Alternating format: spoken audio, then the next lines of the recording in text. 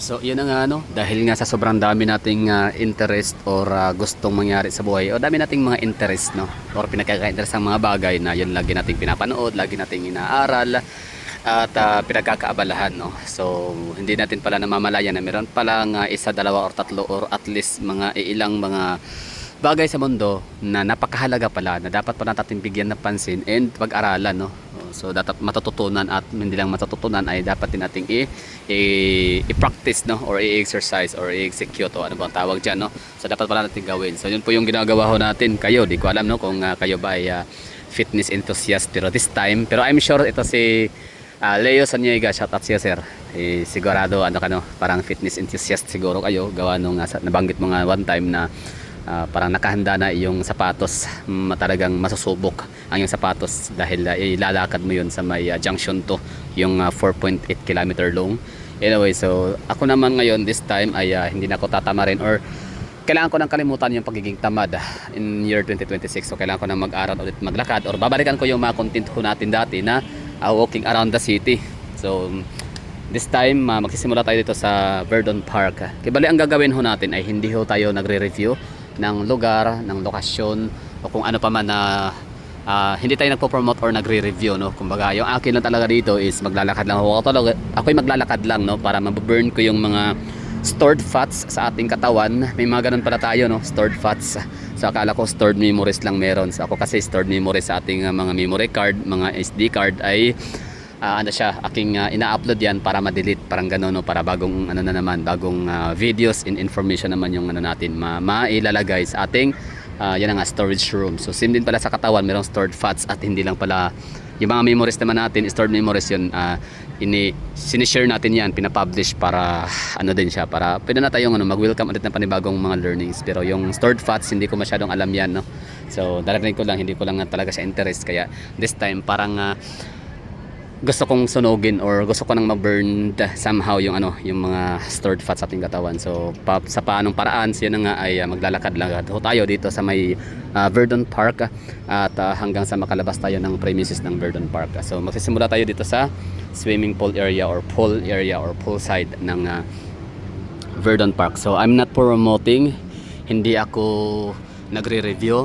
Kumbaga ako'y maglalakad lang din naman at meron lang din naman akong acquired cellphone kahit paano na maganda ang quality ng camera.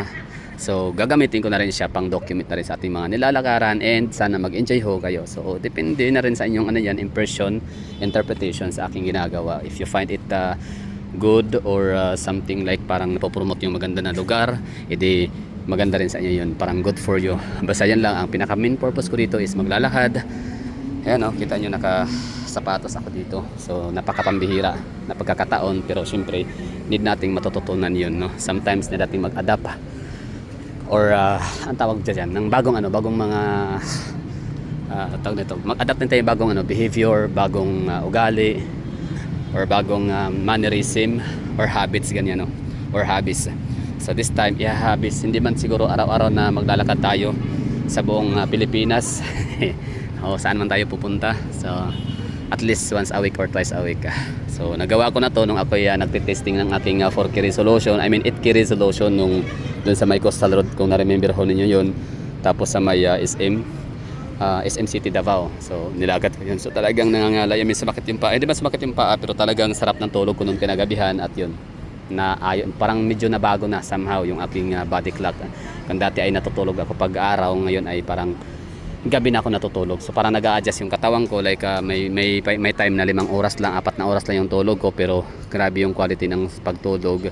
Deep sleep talaga siya, quality deep sleeps. Pero ito na yung second time na natin na maglakad no, in year 2026 January, month of January. So ito featuring Verdon Park. So yan na nga, kanina doon tayo sa likod sa may kiddie pool area. So dito naman tayo ngayon sa medyo pwede pang bata, pwede rin pang adult.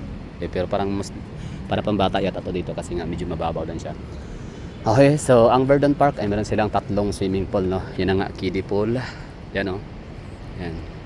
Meron din ditong pang adult na rin no. Adult and kiddie. I don't know kung ilang feet pa to dito. Tapos yung pangatlo naman doon sa lap pool, di ba ang tawag dyan, yung pwede ka mag-swimming, like swimming ganun, pang athlete ang dating napaka-swimming. So Ang di ko alam ha, pero I mean dati kasi, I mean basta kapag ano nung ano kami, nag-check-in kami dito ng unit. Matagal na 'yon, no? Such a long time ago. So ano kami dito, 200 pesos per head ang ligo ng swimming pool. So yun lang, lakad-lakad tayo dito. Burning fats. Ay siguro sa fats hindi ako, wala siguro masyadong fats sa aking katawan kasi hindi naman ako tabain. Pero sure ako na marami akong mga stored cholesterol. Wait lang, yun, ano ba yung ano, sinabi ko kanina, cholesterol ba yung fats? I really don't know, no? Nakalimutan ko na. Basta ito yun, no? Verdon Park, ganda no? So, lap pool. Lap pool, as far as I know, yan yung tinatawag sa swimming pool na pwede kang mag-swimming. Pahaba, ganyan. And may cottages dito. Hindi ko alam ha kung may bayad ba ang cottage. Basta lang, yun lang, lakad lang tayo dito. Wala tayo ibang gawin. Yan, si Muning.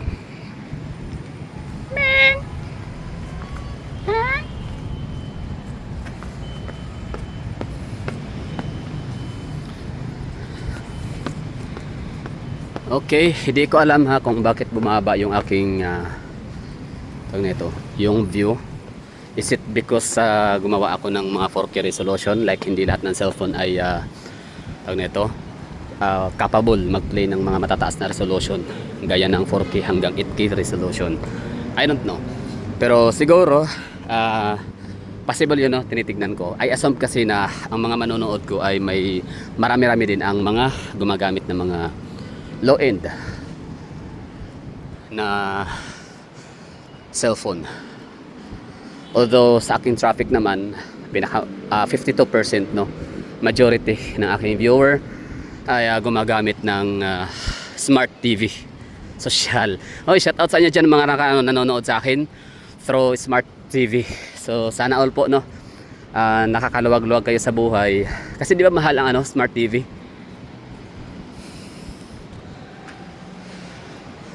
So ang galing.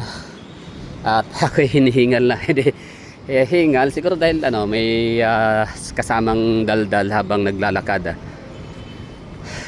Pero okay lang yun, no, para pampataas ang yan ng stamina trainings. Ibig sabihin pala hindi lang yung mga hindi lang blood sugar ang mataas sa akin. Although wala namang nangyaring diagnosis. Lang, tansya ko lang kasi kahit di ako uminom sa soft drinks, ang lakas kong kumain ng mangga and saging. So napag-alaman ko na sa lahat pala ng prutas, mangga tsaka saging yung pinakamataas ang sugar. Ganon. 'Di ba? So hindi ako nang-iinom ng mga soft drinks. Pero sa prutas doon ako patay. Sa kape naman, di naman ako nagkakape gamit ang asukal. I mean, hindi na ako naglalagay ng asukal sa mga iniinom na kape, pero sa kanin naman, no. So ito na, naglalakad na tayo. Kakatapos ko lang kanina kumain, like siguro mga 2 hours ago or 3 hours ago. So yung meals ko ay maraming kanin, tapos corned beef na may kahit pa sabihin natin mayroong siyang mga vegetable, mix of vegetables gaya ng tawag nito, mix of vegetables like yung binibenta na nabibili sa NCCC na yung mixed vegetables, yung may carrots, mayroong mais, mayroong green peas, yung tatlo na yun. So mayroong nilagay ko yun marami sa corned beef. Tapos pa, at itlog, no, isang pirasong itlog na crumbled eggs na walang asin, walang siyempre we're not getting younger. Although hindi naman ako naniniwalang nakasira ang bitsin, pero din ako naglalagay kahit asin. Okay na ako dun sa alat na makukuha mula sa corned beef, ganon. So yan yung meals ko kanina. At yan yung aking susunugin. Yan yung mga fats. May mga makukuhang cholesterol and fats mula dun sa pagkain na yun, and kape, tsaka calorie, no. Iwan ko ba sa calorie, cholesterol, fats, sugar, yun ang mga dapat mawala sa katawan. I mean, although mayroong good cholesterol, so kailangan daw pala i-burned yung good cholesterol na yun. Pati yung healthy fats. Madaming fats, healthy fats, baby fats, fatty acids. Di ba ang bobo ko sa party ng ng mga medical terms, pa man dyan. Basta eto lang, lakad-lakad lang tayo dito. So ganda sarap ng hangin sa Davao City talaga siya, na siya yung hindi ka manlalagkit agad. Hmm. So hindi pa ako may konting pawis lang ganun. So okay na siya. So pasensya na kayo kung makakarinig kayo ng hingal. Normal lang yan, no? Kasi in motion, in moving ho tayo, like naglalakad siyempre. Tapos umakyat tayo ng third floor, from ground floor to third floor via hagdanan.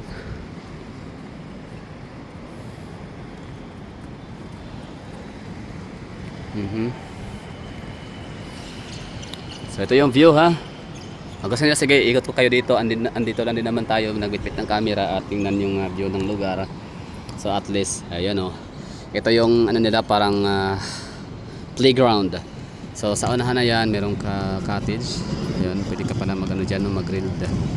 May grilling station. Tapos merong mga, yan, nasa na yun. Ito to, parang may slides. Aakit ka dyan sa area na yan, tapos mag-slides yung bata. Trampoline. Tapos ito yung kailangan, ground area, may nakalagay. Okay. So January ngayon. So malapit na rin mag-February. So ano ba meron sa February? Siyempre Valentine's Day. So marami to sigurong mga dito ilalagay na mga palamuti. Or baka ito in preparation na to for February. Not sure though. So malakad tayo dito. Yan, ha. Taas babala natin yung camera. So tapos na tayong umakyat gamit ang hagdanan from ground floor to third floor. This time bababa na naman tayo.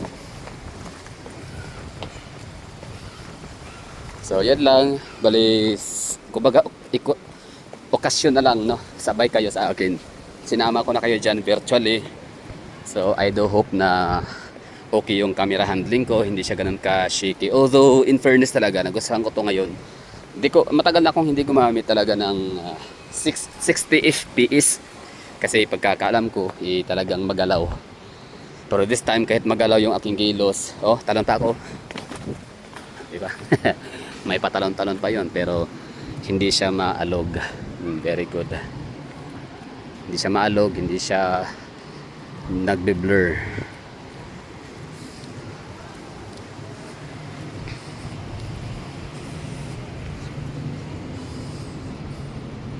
Okay, so tapos na tayo dito mag-tour sa Verdun Park. So labas na tayo sa kailang pinaka-premises and walking along somewhere, no, sa kalsada.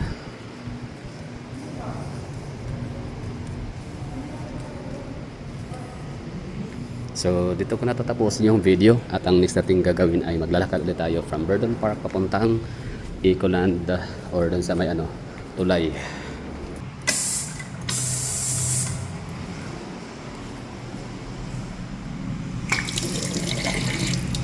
Alright, so doon nagtatapos ang ating video. Thank you for watching.